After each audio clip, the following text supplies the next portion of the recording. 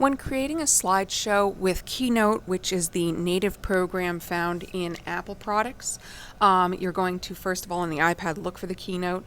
It is this one here. It's blue with a white podium shape on it. And when you open it, if you've never opened it before, you're going to automatically get the theme selections.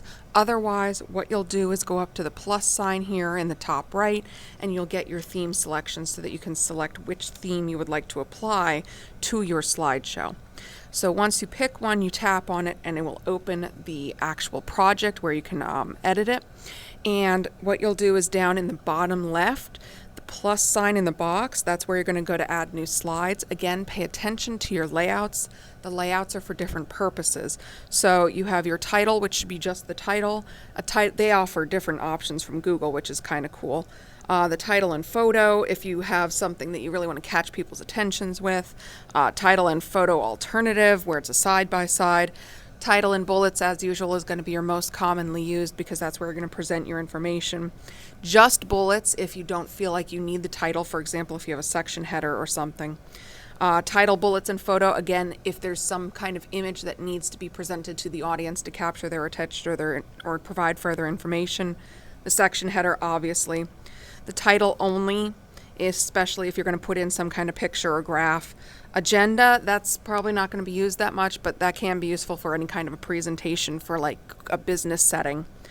Statement, this is going to be if you have one specific thing that you want your audience to pay attention to.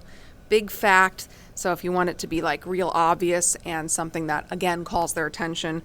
A quote, those are always neat to start presentations out with. You have 3-up photo, just a straight photo, and of course your typical blank. So you would select what kind you want in there. Now the thing with Keynote is it does come with presentations, transitions, unlike the Google Slides on the iPad version. To get to that, what you're going to do is you're going to hit the not the plus sign, it's the triple dots in the circle, and you could go to transitions and builds. And this is where you can select add transition and choose a transition that you can use as you move from slide to slide. In order to have anything be able to be typed, you have to first of all obviously double tap that and you can type information in, and then that has to be selected in order to add animations. And for that, of course, you're going to go to the same area, transitions and builds. And now this time it's going to offer you the animate the slides and objects, and you have an add build in, add action, or add build out. I just want it to be there, and I'm going to make it blink. And so now you can see it's blinking. You can also add voiceovers and music in the background if you'd prefer. You go to the same place, I think. Maybe not. Oh yeah, soundtrack, there it is. And you can choose music. Now this gets a little tricky because sometimes you have to have the sound downloaded onto your iPad, which of course can become an issue. If you do that, I would really recommend first saving something into your Google Drive and then downloading it. That way you don't overwhelm the iPad's memory with garbage that you don't need.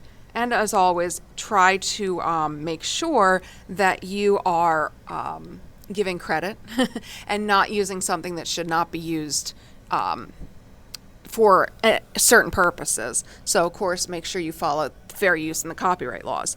If you want to add your own audio, like if you want to do a voiceover of everything, all you would do is hit the plus sign, and in there you've got your photo or video options if you're adding images, camera if you want to take a picture and then add that, or record audio. So, and of course you have your drawings and stuff in there as well.